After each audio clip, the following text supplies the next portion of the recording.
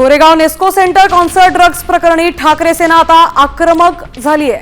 वनराई police station बाहेर ठाकरे सेनेच्या घोषणाबाजी आता सुरू झाल्यात।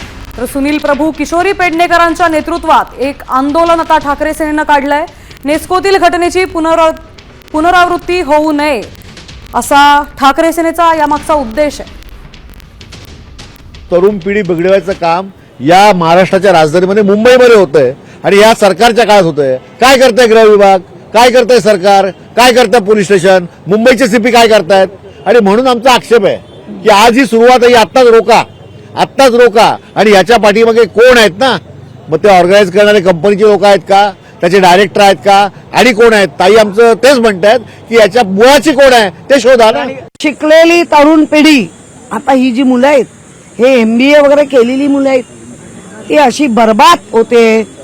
देश काय म्हणतोय, पंतप्रधान काय म्हणतायत, आणि देशचा नागरिक जो देशाचा चांगला सुदृढ नागरिक विळक्यात या ड्रगच्या विळक्यात जातोय, त्याच्याकडे कोणाचं लक्ष आहे?